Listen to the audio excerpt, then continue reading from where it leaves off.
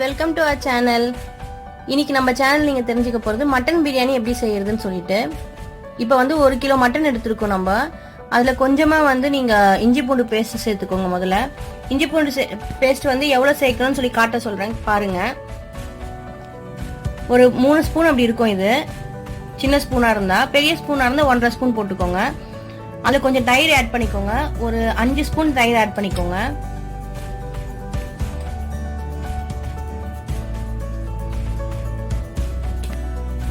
முழு spoon add பண்ணிக்கோங்க. ஒரு 5 பிஞ்ச் போட்டா போதும்.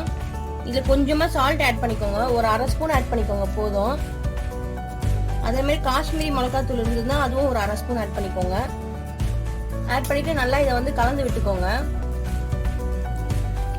நல்லா ஈவனா ஸ்ப்ரெட் ஆகிற மாதிரி மிக்ஸ் பண்ணிக்கோங்க. மிக்ஸ் பண்ணிட்டு இதை வந்து 1 hour வந்து ஃப்ரிட்ஜில் வச்சுக்கோங்க. வச்சுட்டு அதுக்கப்புறமா நீங்க எடுத்து யூஸ் பண்ணிக்கணும். இப்போ நீங்க மிக்ஸ் பண்ணிட்டு 1 hour ஃப்ரிட்ஜில் வச்சுட்டு அதுக்கப்புறம் எப்படி குக் பண்றதுன்னு காட்டுறேன். கொஞ்சம் வெயிட் பண்ணுங்க. இப்போ இதை வந்து எப்படி குக் பண்ணணும்னு பார்த்துக்கோங்க. இதில் வந்து இதை போட்டுக்கோங்க. எண்ணெய்லாம் எதுவும் ஊற்ற தேவையில்ல, வெறும் மட்டன் மட்டும் தான் போட்டிருக்கு. மட்டன் வேக வச்சு எடுத்துக்கணும், அதுக்காக தான். இதில் கொஞ்சமாக தண்ணி ஊற்றிக்கோங்க. கரெக்டாக இருக்கு உங்களுக்கு, பார்த்துக்கோங்க. கொஞ்சமாக ஊற்றினா போதும், ரொம்ப ஊற்றாதீங்க. இப்போ இதை வந்து குக்கர் மூடி போட்டு விசில் விட்டுருங்க. ஒரு 4 விசில் வர வரைக்கும் விட்டுருங்க. 1 கிலோ மட்டனுக்கு அந்த மாதிரி பண்ணிங்கன்னா தான் மட்டன் நல்லா உங்களுக்கு தெரியும். இல்லைன்னா வந்து மட்டன் குழஞ்சிட்டு அப்புறம் மட்டன் பீஸே இல்லாத மாதிரி இருக்கும்.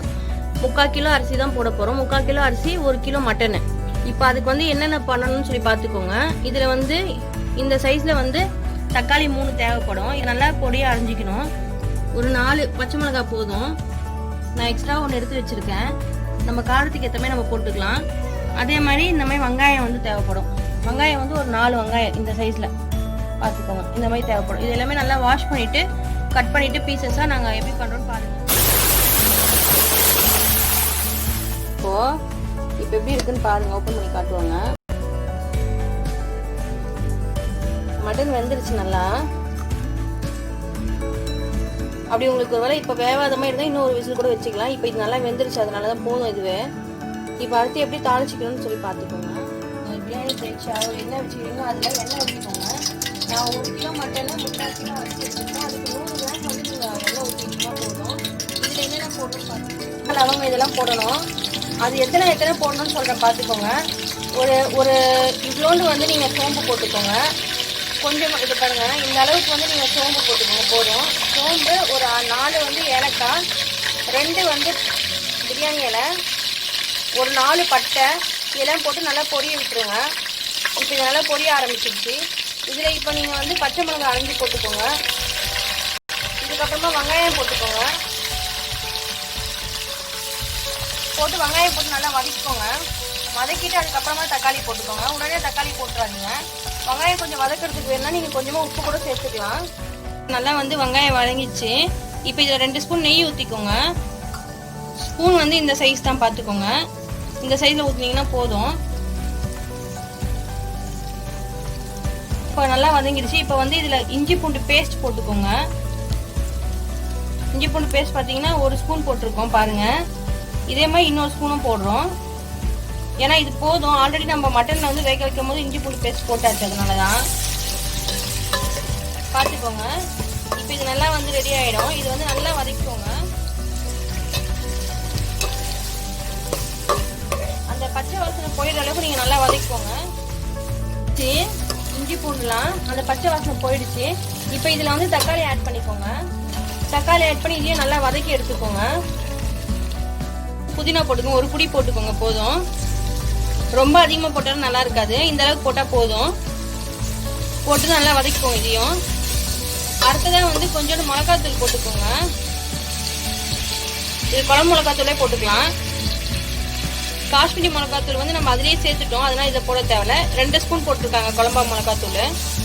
அடுத்து பிரியாணி மசாலான்னு சொல்லிட்டு விற்கிறாங்க. அது நம்ம வீட்லயே செஞ்சுக்கலாம். அது தெரியலன்னா கேளுங்க எப்படின்னு சொல்றேன். இப்போ 2 ஸ்பூன் வந்து பிரியாணி மசாலா போடுறாங்க. போட்டு இப்போ நல்லா வதக்கிக்கோங்க. இப்போ ஒரு எலுமிச்சப்பழம் ஊற்றிக்கோங்க. இதில் கட் பண்ணிக்கோங்க. கொட்டை இல்லாமல் ஊற்றிக்கோங்க பார்த்து.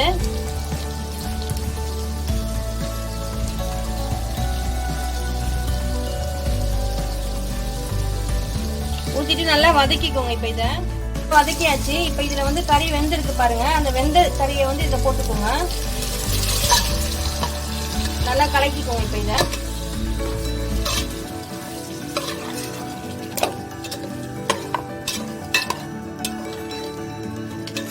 இப்போ இதுல கொஞ்சம் உப்பு சேர்த்துக்கோங்க.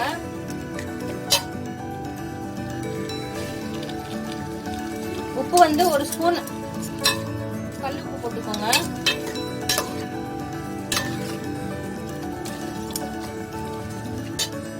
வந்து ஊற வச்சிருக்கிற பிரியாணி அரிசி போட்டுக்கிறோம்.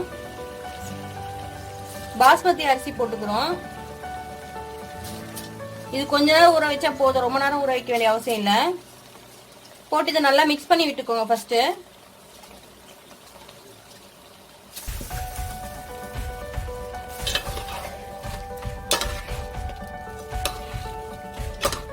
அடுத்ததான் இதுக்கு ஈக்குவலா எவ்வளவு தண்ணி ஊற்றணும்னு பார்த்துக்கோங்க. நீங்க 1 கிளாஸ் பிரியாணி அரிசி போடுறீங்கன்னா 1.5 கிளாஸ் தண்ணி ஊற்றிக்கோங்க. குக்கர்ல வைக்கிறதா இருந்தாலும் அதே அளவு தான். இது நான் நார்மலா இதுல செய்யறோம். குக்கர்ல வச்சீங்கன்னா இந்த மாதிரி ஊத்திட்டு ஒரு விசில் விட்டுடணும். இப்போ என்ன பண்ணணும்னு பார்த்துக்கோங்க. நார்மலா செய்யறதுனால ஊத்திக்கிறோம். ரொம்ப வந்து கலக்காதீங்க. ரொம்ப கலந்தீங்கன்னா அந்த அரிசி வந்து உடஞ்சிடும். கீழே அடியில இருந்து கலந்தா பரவாயில்ல, அப்படியே வந்து கலக்காதீங்க. இப்போ இதை நல்லா கொதிக்க விட்டுருங்க. அதே நீங்க வந்து குக்கர்ல செய்யறதுனால இது விசில் வச்சிடுங்க. ஒரு விசில் வந்தோன்னா ஆஃப் பண்ணிட்டீங்கன்னா கரெக்டா இருக்கும். அது சிம்பிளா முடிஞ்சிடும். இது வந்து கொஞ்சம் டேஸ்ட் அதிகமா கொடுக்கும், அதனால இந்த மாதிரி பண்றோம். இப்போ இதுல வந்து கொஞ்சம் கொதிச்ச உடனே உப்பு காரெல்லாம் டேஸ்ட் பார்த்துக்கோங்க. டேஸ்ட் பார்த்தீங்கன்னா உங்களுக்கு தெரியும். கரெக்டா இல்லை அப்படின்னா நீங்க திருப்பி கூட கொஞ்சம் ஆட் பண்ணிக்கலாம். இது கொதிச்சிச்சு. இப்போ டேஸ்ட் பண்ணிட்டு கரெக்டா இருக்கு, அதனால எதுவுமே போடல. இப்போ இதை க்ளோஸ் பண்ணி வச்சிடணும். குக்கர்ல தண்ணி ஊற்றி வச்சிருக்கோம். இப்போதைக்கு எங்ககிட்ட குக்கர் வந்து இருந்தது கரெக்டா, அதனால அதை வச்சுட்டோம். அப்படி இல்லைன்னா உங்ககிட்ட வேற ஏதாச்சும் வந்து இருந்தாலும் வச்சுக்கலாம், பரவாயில்ல. வெயிட்டா வைங்க. வெயிட்டா வச்சு இந்த மாதிரி க்ளோஸ் பண்ணி சிம்ல வச்சுக்கோங்க. சிம்ல வச்சு 10 to 20 மினிட்ஸ்க்குள்ள இது ரெடி ஆயிடும். ரெடி ஆன உடனே எப்படின்னு சொல்லி காட்டுறேன், வெயிட் பண்ணுங்க. அப்படி உங்ககிட்ட குக்கர் இல்லை, தண்ணி வச்சு வைக்கலாம் பயமா இருக்குன்னா இன்னொரு ஆப்ஷனும் இருக்கு. இந்த மாதிரி கல் இருக்கும் எல்லார் வீட்லயும் மேக்சிமம். இந்த மாதிரி கல் இருக்கும். இந்த கல்லை கூட நீங்க வேணா வச்சிடலாம். இதை வச்சு கூட வந்து நீங்க வந்து தம் போட்டுக்கலாம். ஸோ இவஸ் ரெடி ஆயிடுச்சு பிரியாணி. இப்போ தம் எடுத்துட போறோம். அந்த வெயிட் எடுத்தாச்சு. வாவ், சூப்பரான பிரியாணி ரெடி ஆயிடுச்சு. செம்ம டேஸ்டியா இருக்கும். இப்போ இதை வந்து நெக்ஸ்ட் என்ன பண்ணணும்னு காட்டுறேன், வெயிட் பண்ணுங்க. பாருங்க வியூவர்ஸ், இப்போ ரெடி ஆயிடுச்சு பிரியாணி, மட்டன் பிரியாணி. இது மேலே இந்த மாதிரி முட்டை வந்து ரெடி பண்ணி போட்டுக்கோங்க. இதுதான் வந்து முகல் பிரியாணின்னு சொல்லி விற்கிறாங்க. இன்னும் கொஞ்சம் பொடியாக கூட நீங்கள் அறந்து போட்டுக்கலாம், பார்த்துக்கோங்க. செம்மையான மட்டன் முகல் பிரியாணி ரெடி ஆயிடுச்சு.